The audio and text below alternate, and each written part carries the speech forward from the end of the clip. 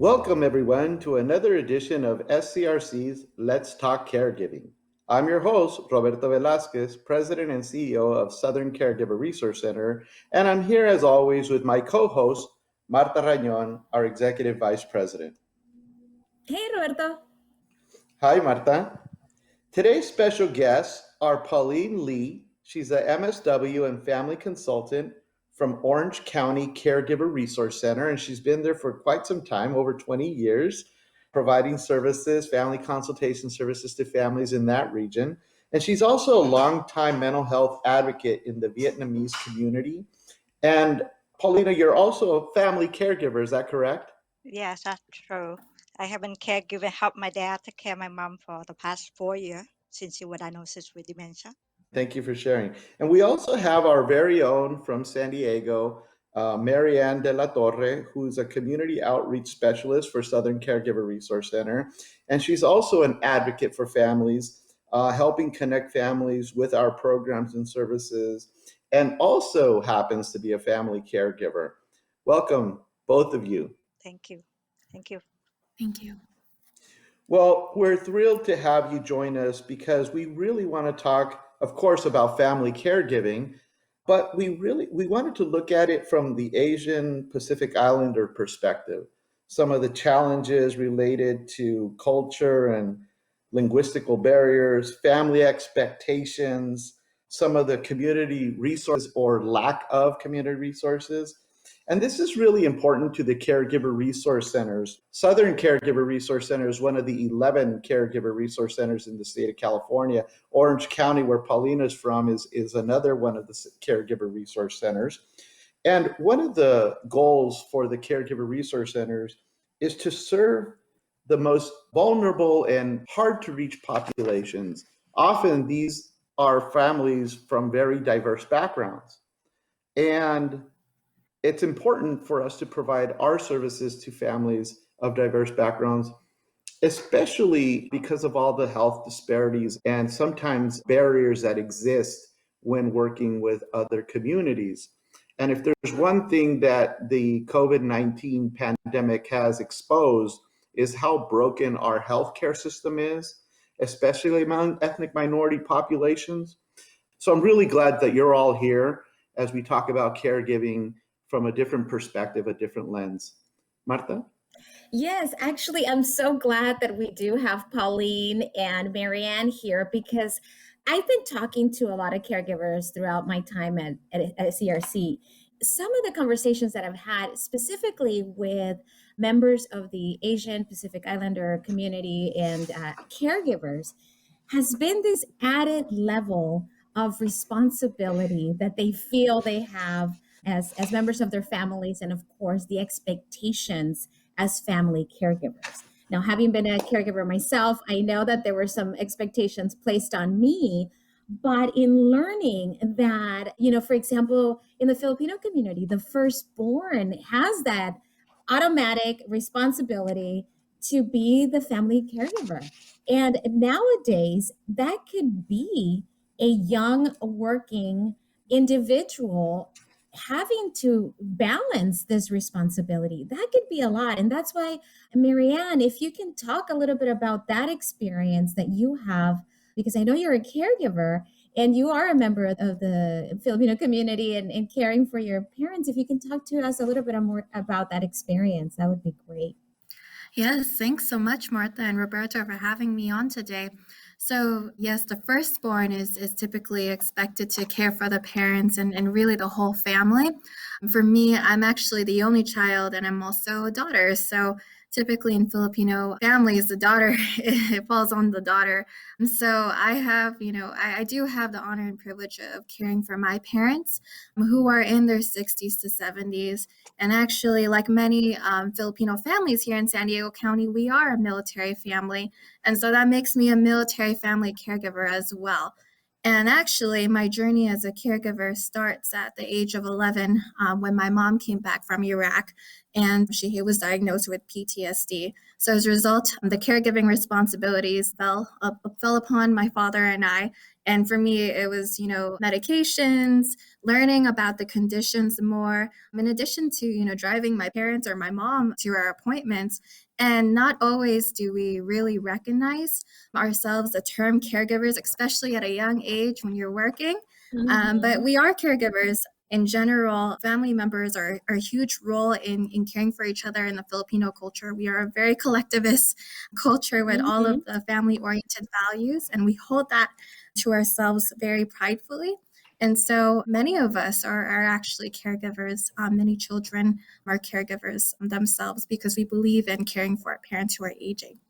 What you said, Marianne, was very, something that I've also learned about talking to caregivers. It is that idea that family, everything stays within the family and you seek help within the family, which adds this hesitation to ask for help outside the home. And I know this is something Roberto and I have talked about and grappled with. How do we serve the underserved communities when culturally there is a hesitation to ask for help? I'm glad that we're having this discussion. This is a very important topic. And I know, Pauline, you working so closely with the Vietnamese community in Orange County, can you tell us some of your experiences working with the community and maybe some of the barriers, but also how has that impacted you as a family caregiver? Caregiving topic is common in our community. We affect family members to take care of each other. Like Marianne said, the daughter. I am the oldest daughter. I have 3 brothers, so they assume that I will take care of my parents. Case by case, when I first started here with the Caregiver Resource Center OC, we have no Vietnamese caregiver in our caseload. So the barrier to get the community to do a lot of education, I invite myself to the Vietnamese radio talk show. I invite myself to talk to the reporter to let them know about our services. And they're very open because they can be a caregiver to their family member, grandma, mom, grandpa, family member. So they did not benefit to the community. They open to help me with the project. So when I first started the Vietnamese support group, and I say, oh, that's with my social worker intern, macro practice. And I say, wow, is anybody going to come? I do the domestic violence support group before. I do have audience. And I say, oh, caregiving, no problem. I'm sure just the location and try to get people to come, right? So I do a press relief in the Vietnamese newspaper. And I have 5 persons call and sign up for the support group for the first time. So that was pretty successful. That's wonderful, Pauline. Yes. It sounds like you're very persistent, and that's, I think, what needs to happen sometimes. We need to go within our communities and talk to people one-on-one and let them know, hey, we're here to help. This is what we can offer for free. A lot of our services, as everyone knows, are free. Roberto and I, we talk about how to care for the family caregiver, and dementia is very big issue for a lot of our clients. Over 80% of our clients are caring for someone with Alzheimer's, dementia, memory loss, some sort of a cognitive decline. So I wanted to talk a little bit about this dementia term that in a lot of the Asian cultures is very much a stigma and very much not part of everyday conversation. I know specifically, for example, with the Filipino community, you don't even say dementia. So I don't know if maybe Marianne or Pauline, one of you want to add? Yes, Marianne. So yes, when you talk about dementia, Alzheimer's, these things are particularly it's known to us, but we don't necessarily fully grasp as to what is happening. And so a lot of times it is us trying to figure the condition out. And at times, due to the stigma around cognitive disorders and mental health, we face the barriers of really understanding how to care for our loved ones more. And that is quite unfortunate, especially in terms of why can't we ask for help? And often at times there is a shame that really does come with saying that your loved one has a cognitive disorder or even, talking about mental health, unfortunately. And so as a result, that does contribute to a lot of the, I can't really talk about Alzheimer's/dementia. Pauline, did you want to? Yeah. Well, at the same time with the Vietnamese community, when I first started the program here with the Vietnamese community, a lot of Vietnamese family misunderstand the dementia and mental health. So like, oh, my mom go crazy and my dad go crazy and have all this So they taught that with mental health. And so with education, with fact sheet, we translate into Vietnamese, a lot of education, so they can tell the difference between the two behavior. Of course, there was a patient with dementia have behavioral problem. And so we got a lot of great fact sheet and communication skill to help them. And that's really helpful.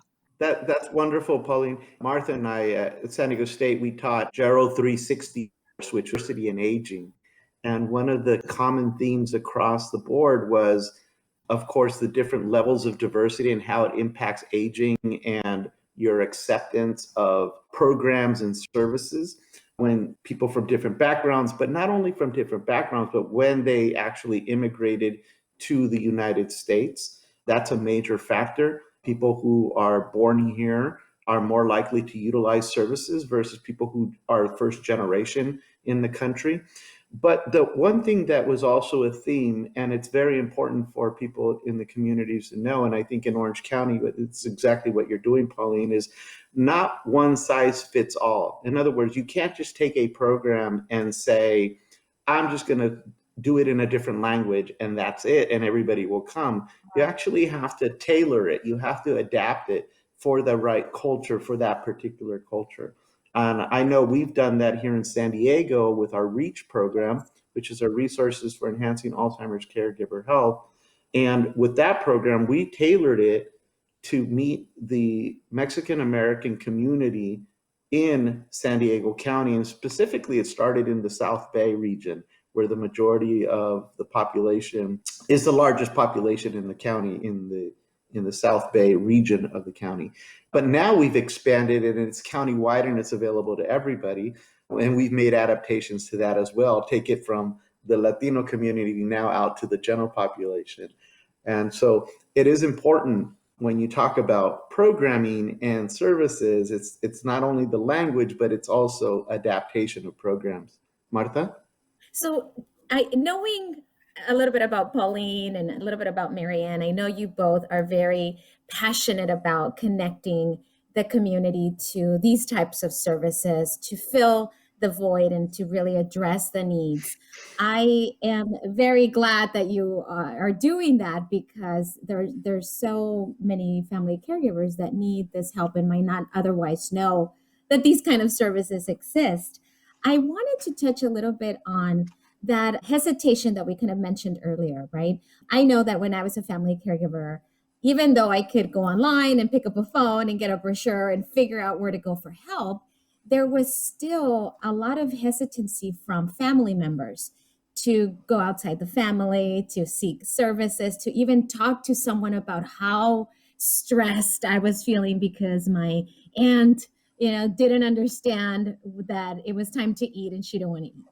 And so I wanted to see if maybe we can talk a little bit about how you both realized to connect to these vital support networks and what you can tell community members, how they can connect now, knowing what you know, that it's okay to ask for help. Well, I just start with the basis. We do regular educational class and different topics to build rapport and build trust with the community. They don't know who we are. We have an audience growing. At this time, we have about 300 people who regularly turn to attend our event. They want to keep contact with us by email, event. So every time I have a workshop, we're always very successful. When we do a Vietnamese legal workshop, we have up to 100% attend. So just help with the basics. Like you say that every program is different. So I entered the regular legal workshop where I focus on advanced healthcare directive and power attorney for healthcare for seniors first. That's the population we try to target, right? 1 out of 3 of Right. them will be our client. So when they got to know us, 2 times a year we do the legal workshop in Vietnamese. So we're going to have one by Zoom this year on May the 20th. So we actually have people driving all the way from San Francisco down here for the legal workshop in Vietnamese. I guess we're the only That's one who wonderful. do the Vietnamese legal workshop. So we try Yeah, to do met the need of the community. So I asked them people in the room how many people actually fill out the form. Nobody fill out the form. So we We got some volunteer who do notary. They come in and notary the form for them, help on the form, and they go home with the form already finished. That's fantastic. Good point. Start with the basic.